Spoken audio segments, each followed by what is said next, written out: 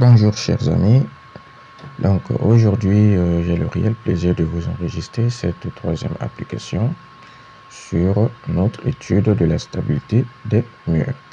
Donc j'espère que vous avez suivi la vidéo dans laquelle nous avons expliqué le cours sur la stabilité des murs. Si ce n'est pas le cas, donc regardez dans la description, vous allez trouver un lien qui va vous conduire sur cette vidéo. Voilà, donc sans plus tarder, on va commencer avec notre exercice. Donc, qu'est-ce que nous dit l'exercice? Donc, calcul de la poussée, cas où le mur et la semelle sont de matériaux différents. Donc, on se propose d'étudier la stabilité des murs de soutènement en moellon, dont le poids volumique est 2300 kg par mètre cube, destiné à retenir la poussée engendrée par la terre sableuse, voir la figure ci-après. Donc, les questions. Première question, donc calculer le coefficient de poussée de la terre Kp. Question numéro 2, calculer les pressions appliquées par la terre sur le mur au niveau des points A et B. Question 3, tracer le diagramme de pression. Question 4, calculer et représenter la poussée de la terre sableuse sur le mur. Question 5, vérifier la stabilité de ce mur au renversement et au glissement, sachant que le coefficient de sécurité au renversement K égale à 1,25, le coefficient de sécurité au glissement K1 égale à 1,5 et le coefficient de frottement F égale à 0,5. Voilà, donc nous avons notre schéma du mur. Donc les éléments de la terre, les caractéristiques de la terre, nous avons le poids spécifique qui est égal à 1,7 tonnes par mètre cube et l'angle formé par la terre est de 28 degrés. Voilà, donc on va procéder avec la correction de notre exercice. Voilà, donc la première question, c'est le calcul du coefficient de la poussée de la terre Kp. Donc, le coefficient de la poussée est déterminé par la formule suivante. Donc, la tangente carrée, le facteur de 45, moins l'angle du talus divisé par 2. Application numérique de notre formule. Donc, Kp est égal à la tangente carrée de 45, moins l'angle de talus, donc qui est de 28 divisé par 2. Donc, après le calcul, nous trouvons notre Kp, le coefficient de poussée, est égal à 0,361. On va continuer. La deuxième question, c'est le calcul des pressions appliquées par la terre sur le mur au niveau des points A et B. Voilà, donc nous avons notre mur. Donc, étant donné que le mur et la semelle sont de matériaux différents, donc ce qui nous permet de dire que notre étude de la stabilité va se baser uniquement sur le mur, donc la partie de la semelle n'est pas prise en compte. Voilà, donc nous allons placer nos points. Nous avons le point A et le point B. Et nous avons notre diagramme de pression. Donc nous constatons que le comportement de pression de la Terre est le même que celui des pressions des fluides. Donc la pression augmente en fonction de la profondeur. Donc en allant du point A vers le point B, nous constatons que la pression augmente en fonction de la profondeur. Voilà, donc la pression au point A est déterminée par la formule suivante. Donc PA est égal à Kp fois le poids spécifique de la Terre, que nous nommons ici delta, fois HA. Et la pression au point B est égale à Kp fois le poids spécifique de la Terre fois HB. Voilà, donc nous allons réaliser un tableau qui est composé de deux colonnes dont nous avons désignation et valeur, qui sera exprimé en kilogrammes par mètre carré, tout simplement parce qu'il s'agit des pressions. Voilà donc la première pression. Il s'agit de la pression au point A, déterminée par la formule suivante. Donc Kp fois le poids volumique fois HA. Application numérique. La pression au point A est nulle, tout simplement parce que la hauteur est nulle. Donc il s'agit de la hauteur initiale. La deuxième pression, nous avons la pression au point B, déterminée par la formule suivante. Donc PB est égal à Kp fois le poids spécifique de la Terre fois HB. Application numérique de la formule, nous avons Kp qui est égal à 0,361 fois le poids spécifique de la Terre, donc qui est égal à 1,7 tonnes qu'on doit convertir en kilogrammes. Donc voilà pourquoi on multiplie fois 10 à la puissance 3 fois la hauteur 3. Donc ce qui nous permet de trouver la réponse. Notre pression est égale à 2025,21 kg par mètre carré. Voilà, donc on va passer à la troisième question. Il s'agit du tracé du diagramme des pressions. Voilà donc notre tracé du diagramme des pressions est là. Donc nous avons la pression au point A est nulle, donc 0 kg par mètre carré. Et la pression au point B, 2025,21 kg par mètre carré. On va continuer avec notre résolution de l'exercice. Donc, quatrième question, calcul et représentation de la poussée de la terre sableuse sur le mur. Donc, la poussée est déterminée par la formule suivante. Donc, la poussée de la terre est égale à Kp, donc le coefficient de poussée, fois le poids spécifique que nous nommons ici delta, fois la hauteur au carré divisé par 2, fois 1 mètre de longueur. Donc, dans l'exercice, si on ne donne pas la longueur du mur, on fait des calculs à 1 mètre de longueur. Voilà donc application numérique. Nous avons la poussée de la terre est égale à 0,361 fois le poids spécifique de la terre qui est 1,7. On doit multiplier par 10 à la puissance 3 pour ramener les tonnes en kilogrammes fois 3,3 au carré divisé par 2 fois 1 mètre de longueur.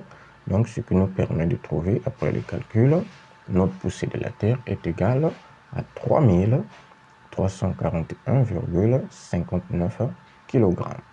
Voilà donc on va procéder à la représentation. Voilà donc le diagramme des pressions constituant une charge triangulairement répartie. Donc la schématisation de notre poussée sera de la manière suivante, comme nous pouvons le constater, et bien sûr située à 1/3 de la hauteur, c'est-à-dire à 1,1 mètre. Voilà donc on va continuer avec la résolution de notre exercice.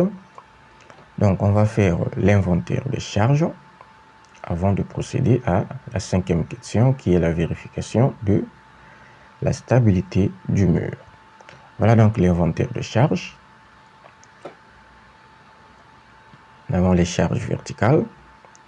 Dans notre cas de figure, étant donné que le mur et la semelle sont de matériaux différents, donc comme je l'ai dit tout précédemment, la partie de la semelle n'est pas prise en compte. Donc nous avons juste une seule charge verticale qui est le poids du mur, schématisé comme suit. Les charges horizontales. Nous n'en avons qu'une seule également, qui est la poussée de la terre, que nous venons de calculer au niveau de la question 4. Voilà donc, on va déterminer les distances de l'élément, les distances de l'élément de chacune des charges. Donc, avant de déterminer la distance de l'élément, on doit d'abord déterminer notre joint. Donc, notre joint sera situé entre le mur et la semelle. Donc, comme nous pouvons le constater. La distance de l'élément du poids du mur, D1, déterminée par la formule suivante. Donc, la largeur du mur divisé par 2. Donc, 1 divisé par 2, nous trouvons 0,5 mètres. distance d'éloignement de la poussée de la Terre 2D. Donc la poussée de la Terre est située, comme il s'agit d'une charge triangulairement répartie, donc les coordonnées de notre centre de gravité, quand il s'agit d'un triangle, il s'agit de la partie inférieure, donc D2 est situé à 1/3 de la hauteur. Donc 3,3 divisé par 3, nous trouvons 1,1 mètre.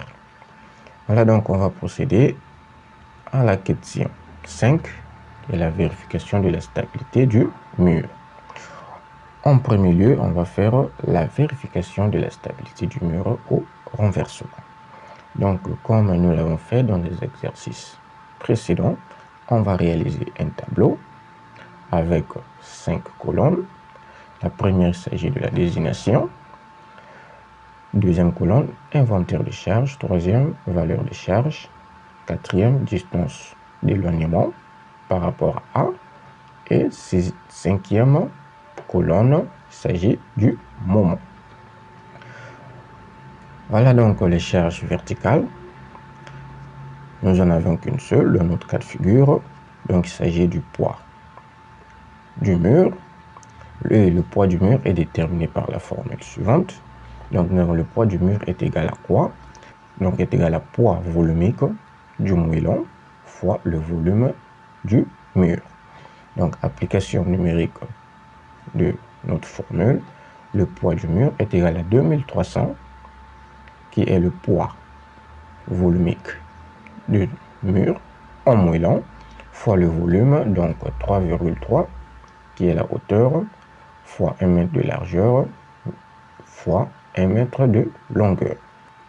Voilà donc ce qui nous permet de trouver, après le calcul, notre poids du mur est égal à 7590. On va continuer. Donc, distance de l'éloignement du mur, D1, est égal à 0,5. Nous l'avons déterminé au niveau de l'inventaire des charges. Le calcul du moment. Le moment du mur par rapport à A est égal à poids du mur fois D1. Application numérique. Nous avons donc 7590 fois 0,5. Ce qui nous permet de trouver la réponse après le calcul, 3795 kg fois mètre. On va continuer. Nous avons les charges horizontales. Nous en avons qu'une seule également. Il s'agit de la poussée de la Terre. Nous l'avons calculé dans la question numéro 3. Donc la valeur, nous avons trouvé, la poussée de la Terre est égale à 3341,59 kg. Sa distance d'éloignement D2 est égale à 1,1 mètre. On va calculer le moment de la poussée par rapport au joint. Donc, le moment de la poussée de la Terre par rapport à A est égal à poids, donc est égal à la poussée de la Terre fois la distance D2. Application numérique, donc 3341,59 fois 1,1, nous trouvons la réponse 3675,749. Calcul du moment de stabilité MS. De quoi est égal à MS. Donc le moment de stabilité MS est égal à la somme des charges verticales par rapport à A. Nous avons qu'un seul moment. Il s'agit, donc nous avons qu'une seule charge dans notre cas de figure. Donc MS est égal au moment du poids du mur par rapport à A. Donc MS égale à 3795 kg fois mètre. Le calcul du moment MR, le moment de renversement. De quoi est égal à MR? MR est égal à la somme des moments des charges horizontales. Donc, comme nous en avons qu'une seule, ce qui nous permet de dire MR est égal au moment de la poussée de la Terre par rapport à A. Donc, MR est égal à 3675,749 675,749. Condition de vérification de stabilité au renversement. Qui nous dit la condition? La condition nous dit que MS sur MR doit être strictement supérieur à K. Donc strictement supérieur à notre coefficient de sécurité. On va procéder à l'application numérique de notre rapport. Donc 3795 divisé par 3675,749, nous trouvons la réponse 1,032. On va comparer la réponse de notre rapport avec le coefficient de sécurité. Donc, notre coefficient de sécurité est égal à 1,25. Donc, nous pouvons bien le constater que notre coefficient de sécurité est supérieur au rapport de MS sur MR. Qu'est-ce que ça veut dire? Ça veut dire tout simplement que notre mur n'est pas stable au renversement. Voilà, donc j'espère que vous avez très bien compris les étapes de la vérification de la stabilité du mur au renversement. Donc, on va continuer avec la vérification du mur au glissement. La vérification de la stabilité du mur au glissement. Donc, on va utiliser le même tableau, sauf qu'on va réduire ça en 3 colonnes.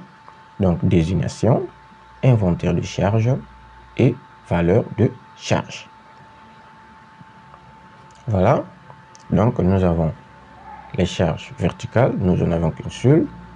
Il s'agit du poids du mur, dont la valeur est égale à 7590. Les charges horizontales, nous en avons qu'une seule également. Il s'agit de la poussée de la terre, dont la valeur est 3341,59 kg. Voilà, donc on va continuer avec la résolution de notre exercice. Nous avons calcul de la somme des charges verticales. Nous en avons qu'une seule, donc la somme des charges verticales est égale au poids du mur, dont la valeur est 7590 kg. La somme, donc calcul de la somme des charges horizontales. Nous en avons qu'une seule, donc la somme des charges horizontales est égale à la poussée de la terre, donc dont la valeur est 3341,59. Condition de vérification de la stabilité au glissement. Qui nous dit la condition?